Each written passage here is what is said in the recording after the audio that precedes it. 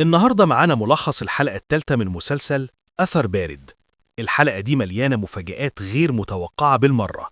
ونبدأ مع ليلى بمشهد من الماضي وهي في النادي وبتتمرن، وبتكون هي وناصر أصدقاء، وبيقول لها إنه خد المركز التاني في الأولمبياد.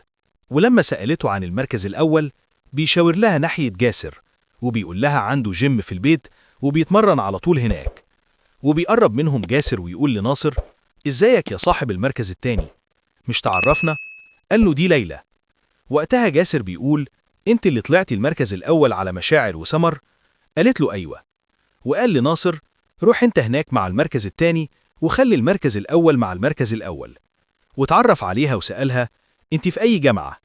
قالت له: أنا لسه في الثانوية. وانت؟ قال لها: أنا في الجامعة في صيدلة آخر سنة. ورجعت ليلى تكمل تمرينها. ونرجع للحاضر لما سعاد خضرة ناصر. جرس الباب كان بيضرب. وقفت في الشباك تبص على اللي واقف بره، وفي وقتها بتيجي رسالة على تليفونه، وبنشوفه بيفتح عيومه لكنه ما كانش قادر يتحرك. وقتها اللي كان على الباب مشي. وراحت سعاد لناصر وقالت له: الإبرة اللي انت واخدها دي عملت لك شلل في جسمك كله، مش هتعرف تحرك أي عضلة غير بس عيونك. النهاردة انت زرتني في بيتي، وأنا قلت لازم أرد الزيارة واخدمك. هات تليفون بنتي، شكلك ما تعرفش الباسورد بتاعته، يمكن مشاعل وسمر يعرفوها. وأخدت تليفونه كمان وفتحته ببصمة وشه، ومسحت آخر رسالة من الدليفري، وقالت له: انت حاسب حسابك على كل شيء، بس ما عملتش حسابي عليا، انت هتروح جهنم. وطلعت حقنة تانية، وقالت له: لما تشوف ليلى ابقى سلم عليها. وحقنته على طول بيغمض عينيه وبيروح في الغيبوبة.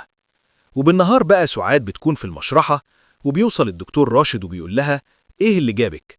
قالت له: جاي أقدم طلب على جهاز DNA جديد علشان الأولاني عطل. قال لها: شكلك طبختي الطبخة مع الدكتورة مرام. قالت له: مرام كلمتني وقالت لي إنها تعبانة ومش قادرة تيجي، فقلت أقطع عجزتي وآجي وأعمل الطلب. قال لها: بس انتي محتاجة ترتاحي أكتر. لكنها قالت له: أنا لما بقعد في البيت ما ببطلش تفكير، وكل حتة بتفكرني بيها. قال لها: خلاص براحتك، بس ما تجهديش نفسك.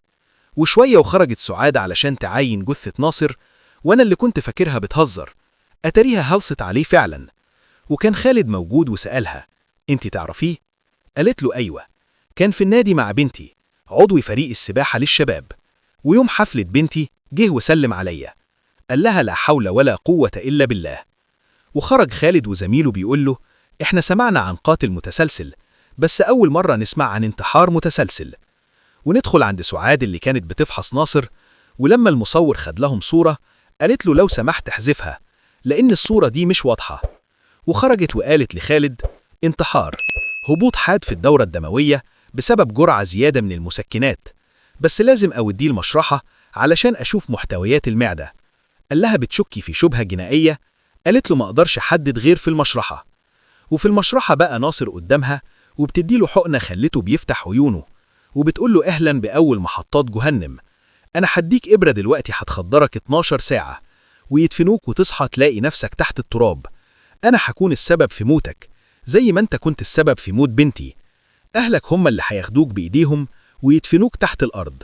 بس الأول عندي ليك كام سؤال، والإجابة بسيطة: صح أو غلط. رمشة واحدة يعني صح، ورمشتين يعني غلط، ولو كدبت عليا هخليك تتمنى الموت. انت عارف ليه بنتي انتحرت؟ قال لها: بعينيه طبعا. قالت له: مشاعل وسمر عارفين؟ قال لها: قالت له: يا ولاد الكلب، يعني انتوا التلاتة السبب في موت بنتي. السؤال التاني: الولد اللي في بطن بنتي ابنك؟ لكنه رمش مرتين يعني لأ. قالت له: ما تكذبش، انت اغتصبتها. لكنه فضل يرمش كتير وهي بتقول له: كداب. مشاعل وسمر ساعدوك صح؟ وأخدت المشرط وشقت صدره.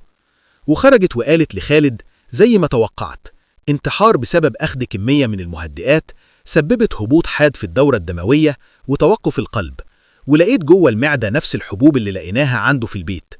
وأخدتهم عند التلاجة وطلعت ناصر منها، شافوه وقفل التاني عليه، وقالت للدكتور راشد: تقدر تنادي للمغسل. وخرجت والعقيد خالد بيقول لها: عايزك في سؤال. قالت له: انت شاكك ان في رابط بين موت ناصر وبنتي؟ قال لها: وانتي ما شكتيش؟ قالت له: شكيت بس ما عنديش دليل. قال لها: بس زي واحدة بقدراتك مش قادرة تحل اللغز؟ قالت له أنا في النهاية طبيبة شرعية مش محققة. قال لها يعني ما تعرفيش سبب انتحار بنتك؟ قالت له لو أعرفه مش هقولك عليه. قال لها إحنا يهمنا نعرف علشان نمنع تكرار وقوع الجرائم دي، لأن ممكن يكون الجاني مجرد شخص بيحرضهم أو يبتزهم أو يهددهم، واللي حصل ده أكيد مش صدفة، في حاجة كبيرة وراه ولازم أعرفها. لكنها قالت له قصدك نعرفها؟ أنت لازم تحط إيدك في إيدي وما تخبيش عني أي حاجة. وعلى طول بنشوف ناصر وأمه بيردموا عليه التراب، والعقيد خالد بيقول لسعاد إحنا ليه بنضيع وقتنا هنا؟ المفروض نبدأ تحقيقاتنا. قالت له اصبر وهتشوف. اللي هناك دي مشاعل واللي جنبها سمر، موجودين مع ليلى في نفس النادي. ونروح عندهم وسمر بتقول ليه يا ناصر؟ وقالت لمشاعل انت مش قلتي انه بقى احسن؟ قالت لها اسكتي لحد يسمعك. قالت سمر انا غلطانة اني صدقت ان كل شيء بيعدي عادي. لكن وقتها بيوصل جاسر عندهم، وبتقول له سمر كل اللي حصل ده بسببك انت وهي. ومشيت سمر وراها مشاعل، وراح خالد عند جاسر ورجع ركب عربيته. وسعاد سألته في ايه؟ بعدين افهمك. وجاسر كمان ركب عربيته، وسعاد فتحت تليفونها وكانت مشغلة تايمر على ساعتين. وبعدها بنشوفها راكبة عربيتها وماشية ورا عربية جاسر، ولما ركنت هي كمان. أما خالد راح البيت عند جاسر وبنتفاجأ إنه يبقى ابن أخوه، وبيقول لأبوه أنت عرفت حالات الانتحار اللي في النادي بتاع جاسر؟ قال له أيوة عرفت، المسكينة اللي في فريق البنات انتحرت عشان ما تأهلتش للمسابقة الأولمبية.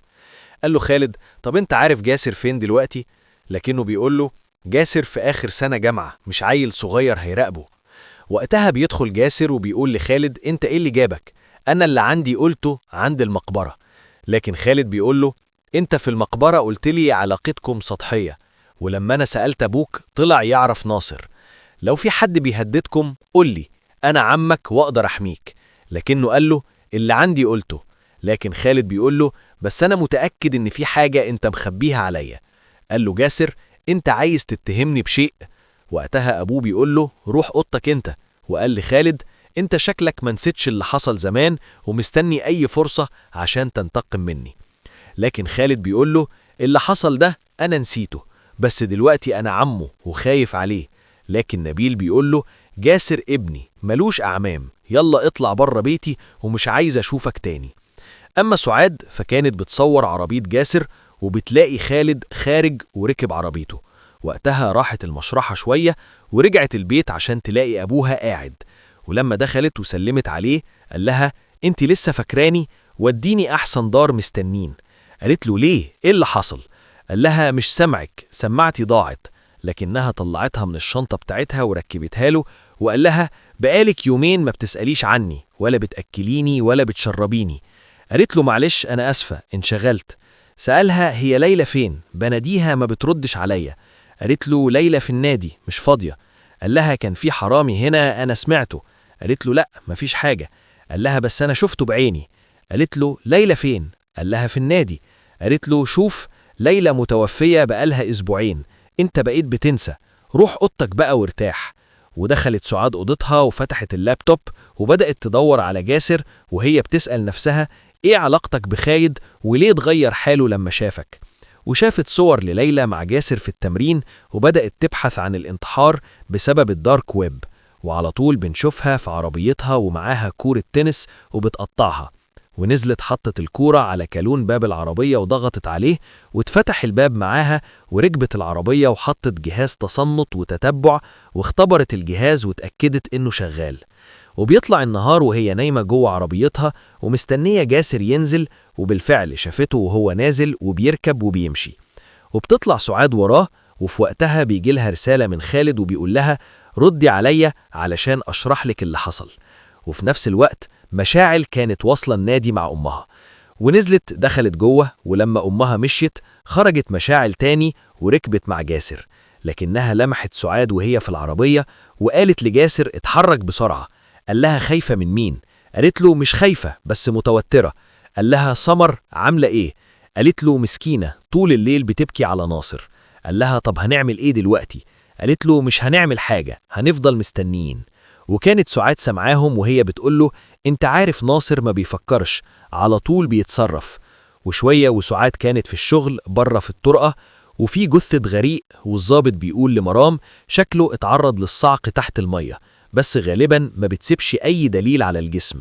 وقتها خالد بيوصل وبيزعق مع سعاد وبيقول لها ليه ما بترديش عليا؟ احنا مش بينا اتفاق؟ قالت له مفيش بيني وبينك أي اتفاق غير لما تلتزم انت بكلامك. وشوية وبنشوفهم بره وبيحكي لها وبيقول أنا ونبيل بقالنا سنين ما بنتكلمش مع بعض، ورحت علشان أحاول أحذره من خطورة الموقف على جاسر، بس للأسف نبيل عمره ما وثق فيا، علشان كده مفيش قدامنا غير سمر ومشاعل، احنا محتاجين واحد بس فيهم يتكلم. قالت له احنا لازم نركز على واحد بس، الأضعف. قال لها قصدك مين؟ قالت في بالها أكيد سمر، لكنها قالت بلسانها مشاعل. قال لها خلاص يبقى نروح لها. وراحوا النادي يسألوا عنها، وقالت لهم المدربة الكلام بقى كتير على النادي، في ناس قالوا إنهم كانوا بيحبوا بعض، وناس قالوا إنهم كانوا بيدخلوا على الدارك ويب. ولما خرجوا سألها خالد عن تليفون ليلى، قالت له معايا بس عليه رمز وأنا مش عارفاه. قال لها طب يلا نروح بيت مشاعل. ونروح عند مشاعل، وسمر بتكلمها في التليفون وكانت تحت البيت وبتقول لها هتنزلي ولا أطلع لك؟ ونزلت لها مشاعل وقالت لها سمر آخر حاجة مع ناصر إنك كنتي عايزاه يروح ياخد تليفون ليلى وما كانش موافق، لكن مشاعل بتقول لها بس أنا أقنعته وراح وحصل اللي حصل. وقالت لها سمر يمكن يكون اللي حصل ده في بيت ليلى، أو أمها شافته وهي اللي عملت فيه كده. قالت مشاعل هتعمل كده إزاي؟ ده انتحر في غرفته وأخد حبوب، والطب الفرعي أكد الكلام ده.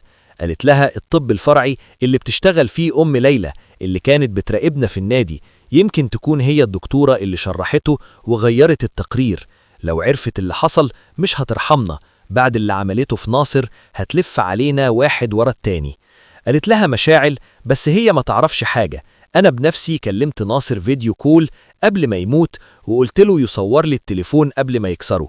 قالت لها يعني ناصر دخل بيتها وأخد التليفون، انتوا مخبيين عني حاجة؟ قالت لها مشاعل انت عارفة انه كان بيحب ليلى، لكن سمر بتقول لها ناصر كان بيحبني أنا، لا ليلى هي اللي كانت بتلعب عليه زي ما كانت بتلعب على جاسر. قالت لها مشاعل كفاية بلاش فضايح، اهدي وارجعي بيتك وأنا أوعدك بكرة نبقى نتكلم مع بعض. وفي وقتها بيوصل خالد وسعاد، وعلى طول بنشوفهم قاعدين مع مشاعل وأبوها وأمها.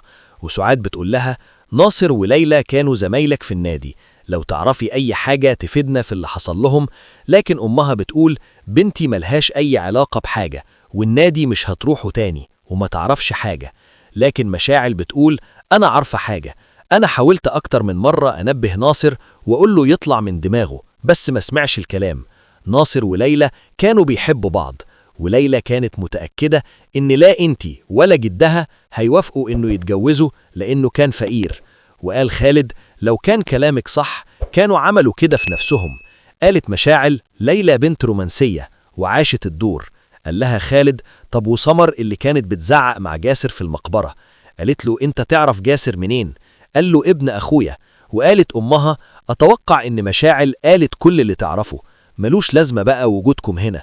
وقتها خالد بيقول لها أنا العقيد خالد فوزان المسؤول عن تحقيق قضية انتحار ناصر وليلى، في إشاعة بتقول إنهم كانوا بيدخلوا على الدارك ويب وده سبب انتحارهم، وأنا عايز أشوف موبايل مشاعل حفاظا على سلامتها، لأن للأسف الموبايل عليه باسورد ومش قادرين نفتحه. وقتها مشاعل اتصدمت وافتكرت إنها شافت موبايل ليلى مع ناصر، وافتكرت كلام سمر لما قالت لها إن ممكن أم ليلى هي اللي عملت كده في ناصر، ومن خوفها ما قدرتش تنطق. تفتكروا ما ترد تقول إيه؟ ده اللي هنعرفه في الحلقة الرابعة بعد شوية. شكرا لمتابعتكم، ولايك بقى للفيديو، والسلام أمانة.